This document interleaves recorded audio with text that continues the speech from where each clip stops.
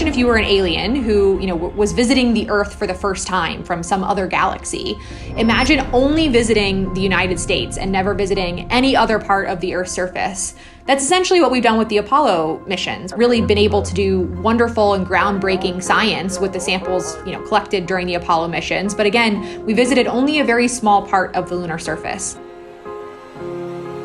The way that I think about it is it's the equivalent of, landing on Earth and getting rocks from Kansas. It would give us insight into one particular location on the Earth, but not at all the diversity of what we see on the Earth, what we know is present on the Earth. So the ability to go to a different site, a different location, get different samples will just enrich what we have already learned from our Apollo samples. There's a lot left to be learned about the moon, and it starts with the South Pole.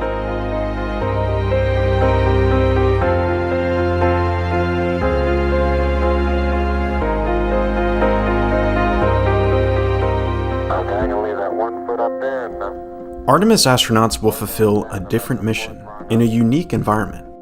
While the Apollo astronauts who visited the moon's surface between 1969 and 1972 landed near the equator, Artemis astronauts will venture to the moon's South Pole region. Frigid, rugged, and with unique light and darkness conditions that make it an ideal location for exploration. The South Pole region is also home to the rim of the moon's largest, oldest, and deepest crater, called South Pole Aitken. It takes up almost a quarter of the moon, and is so deep, it exposes portions of the moon's interior. Yeah, the South Pole it's fascinating. There are some very unique types of rocks that are at the South Pole that will allow us to understand the entire history, not just of the moon, but potentially of the solar system.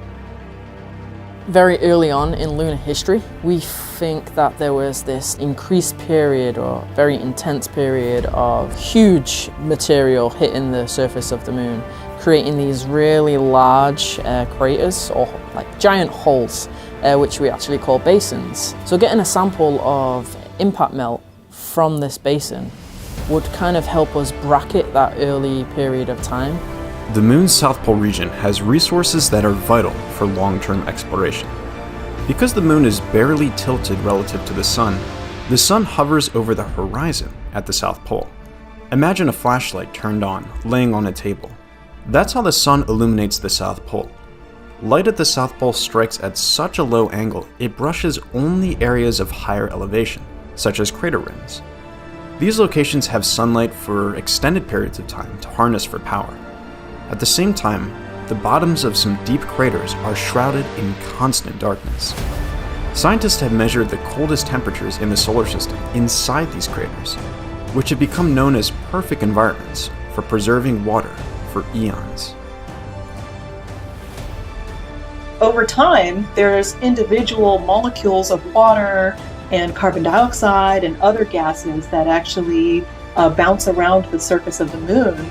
And when they get to one of these cold spots, they actually get stuck. So we call those places cold traps. And if you do that for millions and even billions of years, you can actually build up a pretty significant deposit of water and other ices.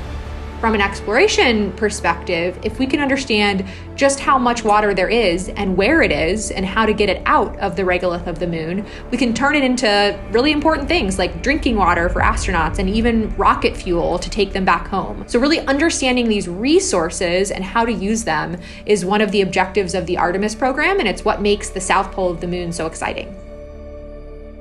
We know the moon in incredible detail, thanks in large part to NASA's Lunar Reconnaissance Orbiter, or LRO. LRO has been circling the moon since 2009. It's the longest-lived spacecraft there.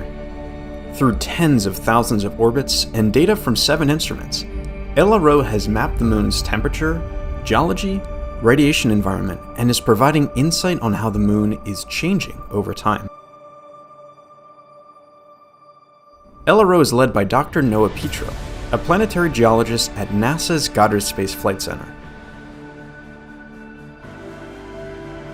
LRO is this incredible mission. It was launched in 2009 as the opportunity to go back to the moon, to create this three-dimensional, high-resolution, high-definition atlas of the moon. Where are there safe landing sites for human and robotic explorers? So what LRO is doing is really giving us the tools, the material, the data we need to make those missions successful. For many years, LRO's elliptical orbit was closest to the moon during the spacecraft's pass over the South Pole. So scientists have more information about the South Pole region than any other region of the moon. We know that we can do more and build upon the legacy of Apollo, but to do that we needed a higher resolution data set. We wanted to know where the hazards were. We wanted to know where the geologic features were that we want to go explore, and so LRO has created that database. Incidentally, the LRO data volume is now over 1.3 petabytes. It's the largest volume of data that NASA has ever collected from any planetary body. It's remarkable. And what we've done now in support of Artemis, in support of other NASA missions to the moon, is we've created special maps. We share them with the public and we share them with the various engineers and scientists who are going to help enact and make Artemis a reality. This is basically a Google Maps of the moon, taken from pictures from the Lunar Reconnaissance Orbiter camera, and you can just zoom in and see a 5-meter boulder on the surface of the moon. That's just crazy. I could spend all day, and I have spent all day, sometimes just browsing around different parts of the moon, just looking at air rocks. This wealth of information will make it easier to find ideal locations for a NASA base camp, and to quickly identify scientifically interesting areas to visit nearby. So it's my real belief that we have an opportunity with Artemis to do something different than Apollo. We build on Apollo, we learn from Apollo, but we want to expand what Apollo was able to do and build this presence on the moon that is more than just 3 days, more than just 6 individual missions, but a much larger program that eventually will result in the ability to go onto Mars. Mars is quite a bit longer away from our own planet than, of course, the moon is. It takes several months in some cases to get to Mars, and it's therefore going to be really critical when we have astronauts walking around on the surface of Mars to be able to stay there for longer periods of time. You've just spent 6 or so months to get there. You want to really be able to explore the surface around you, and having the ability to live off the land and know how to conduct exploration for longer periods of time is going to be critical for Martian exploration, and lessons learned for that sustainable type of exploration start right here at the moon. So there's still so much for us to learn from going back to the moon from a scientific perspective that it's a no-brainer in my head. So with Mars in the horizon as our kind of end goal, this is an important step for us to take.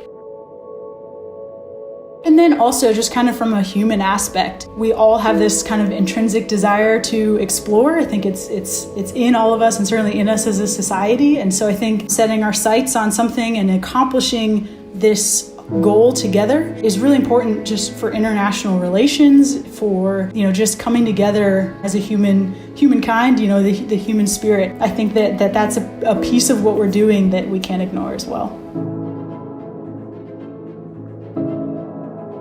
I have 3 kids, aged 10, 6, and 2. I talk about space often with them. The great thing that my parents did for me was let me find my path. I also look at my daughter and I think, okay, Amelia, she keeps saying she wants to be a firefighter, a construction worker, and an astronaut. And I said, well, Amelia, you can do all 3 and be an astronaut. Well, when you're an astronaut, you got to learn how to fight a fire in space. You got to learn how to build stuff. So you got to do all those things. What they'll become, I'm so excited to find out. But I have no idea what they're gonna end up gravitating towards. So why is the moon my favorite body to study? I think growing up, you could always see it in the sky. You could see some beautiful stars and maybe Mars or Jupiter as like small little dots, but the moon is just there in all its glory. It's like our nearest and dearest neighbor, and you can even with the naked eye, you could start picking out features on the moon. I think that was really cool. This is thousands of miles away, and you can still kind of be a geologist from the ground if you want to. And I think that's really cool. And that's why I always wanted to study the moon. Just seeing people walk on the moon, on this foreign planetary body, looking at images like the one behind me here, I think that always blows my mind.